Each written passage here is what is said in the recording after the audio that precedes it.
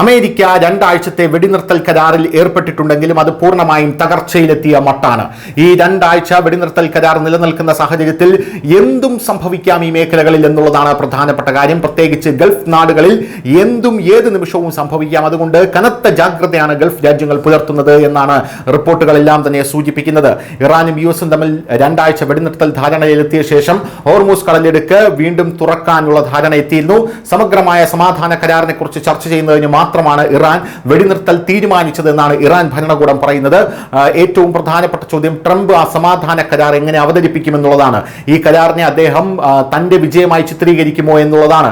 അതോ രണ്ടാഴ്ചയ്ക്ക് ശേഷം അദ്ദേഹം വീണ്ടും സൈനിക നടപടി പുനരാരംഭിക്കുമോ ട്രംപ് എന്നുള്ളതാണ് പ്രധാനപ്പെട്ട കാര്യം. കാരണം ഇറാൻ മുന്നിലേക്ക് വച്ചിരിക്കുന്ന ഈ 10 നിർദ്ദേശങ്ങൾ എന്ന് പറയുന്നത് അമേരിക്കയ്ക്ക് ഒരിക്കലും ക്ഷമിക്കാനോ പൊറുക്കാനോ അംഗീകരിക്കാനോ സാധിക്കാത്ത അത്രയും വലിയ കാര്യങ്ങളാണ് എന്നുള്ളതാണ്. രണ്ടാമത്തെ ചോദ്യം ഈ കരാറിനെ ഇറാൻ എങ്ങനെ കാണുമെന്നുള്ളതാണ്.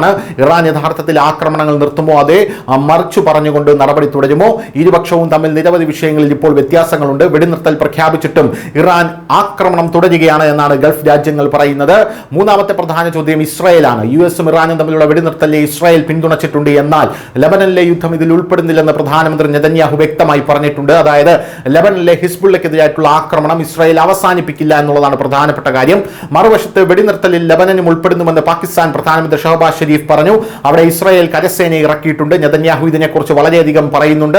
അങ്ങനെ വെടിനിർത്തൽ തുടക്കം മുതൽ തന്നെ വിള്ളലുകൾ വെടിനിർത്തലിൽ പ്രത്യക്ഷപ്പെടാൻ തുടങ്ങിയിരുന്നു. നിലവിലെ സാഹചര്യം എങ്ങനെയെന്നാൽ 28-ാം തീയതി യുദ്ധം പ്രഖ്യാപിച്ചുകൊണ്ടുള്ള പ്രസംഗത്തിൽ ഇറാനിലെ ആയത്തുള്ള ഭരണകൂടത്തിലെ ഭീഷണി ഇല്ലാതാക്കുക എന്നതാണ് ഓപ്പറേഷന്റെ ലക്ഷ്യമെന്ന് നെതന്യാഹു പറഞ്ഞിരുന്നു.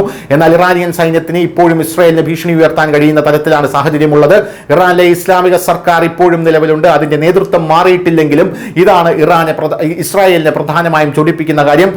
ലോക എണ്ണ വ്യാപാരത്തിന് ഈ സമുദ്ര ഉടമ്പടി, അതായത് ഹോർമൂസ് കടലിടുക്കിലെ സമുദ്ര ഉടമ്പടി പരമപ്രധാനമാണ്.